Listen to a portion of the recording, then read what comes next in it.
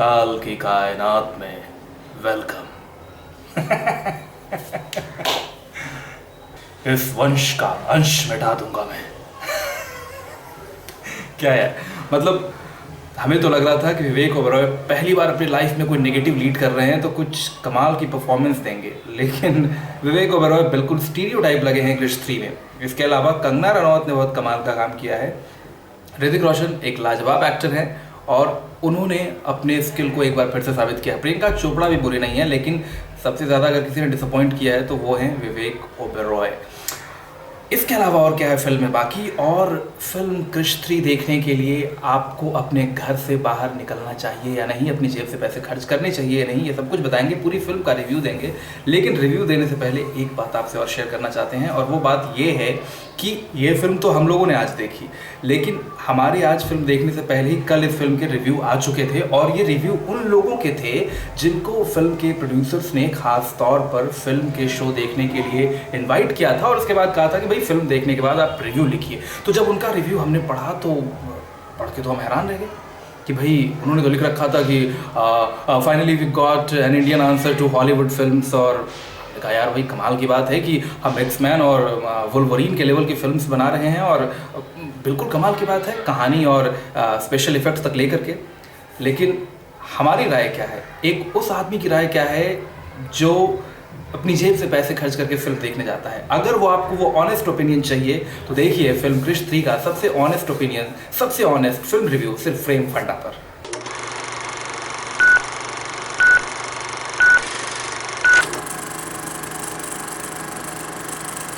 सबसे पहले बात करते हैं स्टोरी की, और शायद राकेश रोशन को सबसे ज़्यादा काम यहीं पे करना चाहिए था, क्योंकि क्रिश 3 क्रिश सीरीज़ की तीसरी फ्रेंचाइजी थी और लोगों को इससे बहुत ज़्यादा उम्मीद थी। लेकिन लगता है कि स्पेशल इफेक्ट्स और बाकी दूसरे टेक्निकल एस्पेक्ट पे राकेश रोशन साहब ने कुछ ज़्यादा फोकस किया और कहानी को भूल गए।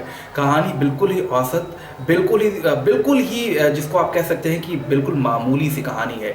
एक हीरो और एक विलन की कहानी। विलन है जो कि दुनिया का खात्मा करना चाहता है, और हीरो जो है उसने ये संकल्प लिया है, उसने प्रण लिया है कि वो दुनिया को बचाएगा। तो कहानी में कोई नयापन या कोई बहुत ज़्यादा बड़ा ट्विस्ट देखने को नहीं मिलता। देखिए, अगर ऑनेस्टली पूछा जाए तो क्रिश 3 एक ओरिजिनल फिल्म नहीं है। ये बहुत हद तक हॉलीवुड की एक्समैन सीरीज से इंस्पायर्ड लगती है, जैसे कि मसलन काल का कैरेक्टर जो कि साफ तौर पर लगता है कि मैग्नेटो से बहुत ज़्यादा इंस्पायर्ड है। वैसे ही कंगना रनौत और काल यानी कि विवेक ओबेरॉय ने जो बाकी के कैरेक्टर्स क्रिएट किए हैं, जिनको वो मानवर कहते हैं, वो एक्समैन के डिफरेंट जो स्टार्स हैं उनसे कहीं ना कहीं रिजेंबल करते हैं। तो कुल मिला के कॉन्सेप्ट के लेवल पे और क्रिएशन के लेवल पे कुछ वैसा नयापन नहीं है क्रिश 3 में। हाँ, क्रिश 3 की एक बात के लिए ज़रूर तारीफ कर सकते हैं, और वो है इसके VFX। इसके VFX बेहद कमाल के हैं, बिल्कुल आप कह सकते हैं वर्ल्ड लेवल के हैं, और पहली बार शायद किसी इंडियन फिल्म में या किसी बॉलीवुड की फिल्म में इस लेवल के VFX देखने को मिले हैं, जिनको देख करके आप गर्व से कह सकते हैं कि हाँ, ये हिंदुस्तानी फिल्म है। और हाँ, अगर पूरी फिल्म में कोई तारीफ के काबिल है तो वो हैं ऋतिक रोशन, क्योंकि उन्होंने एक साथ 2 कैरेक्टर निभाए हैं, रोहित के और कृष्णा का, और उन्होंने दोनों कैरेक्टर को बहुत ही अच्छे तरीके से जस्टिफाई किया है। अगर बात करें फिल्म के वीक पॉइंट्स की, तो फिल्म का सबसे बड़ा वीक पॉइंट है इसका फर्स्ट हाफ, क्योंकि फर्स्ट हाफ पे कोई कहानी नहीं है, सिर्फ और सिर्फ उसका वो बैकग्राउंड तैयार किया गया है ताकि कहानी आगे कहीं जा सके। असली कहानी शुरू होती है सेकेंड हाफ में, यानी कि इंटरवल के बाद। तो फर्स्ट हाफ में आप सिर्फ बस यही देखते रहते हैं कि कौन सा कैरेक्टर कहाँ से आ रहा है, क्या हो रहा है, गाने आ रहे हैं और तमाम चीज़ें। असली कहानी आप एंजॉय करते हैं इंटरवल के बाद। फिल्म का जो दूसरा लूप होल है वो है इसके गाने। जैसे इसकी जो पिछली फ्रेंचाइजी थी, जैसे कि कोई मिल गया या क्रिश, तो उसके गाने बड़े सुरीले थे, अच्छे थे, आपको सुनने में मजा आता था। लेकिन इस फिल्म में कुल 3 गाने हैं और 3 गानों में से 2 गाने आपको झेलने पड़ते हैं। अब बात करते हैं स्टार्स की, तो फाइनली क्रिश 3 को फ्रेम फंडा देता है 5 में से 3.5 स्टार, क्योंकि ये फिल्म अप टू द एक्सपेक्टेशन नहीं है, अप टू द मार्क से बहुत ऊपर है, लेकिन जितनी उम्मीदें थी, जितनी हम लोगों को लग रहा था कि जिस तरीके से इस फ्रेंचाइजी की 2 फिल्में ज़बरदस्त सुपरहिट रही थी, और क्रिश 3 को लेकर जिस तरीके से हम लोगों को लग रहा था कि ये बहुत कमाल की फिल्म होने वाली है और बाकी सब चीज़ें, लेकिन ये उस एक्सपेक्टेशन को पूरा नहीं कर पाती।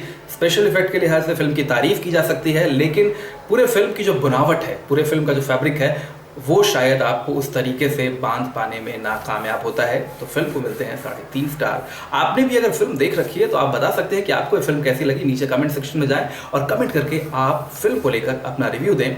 साथ ही हमारे चैनल को सब्सक्राइब करना ना भूलें।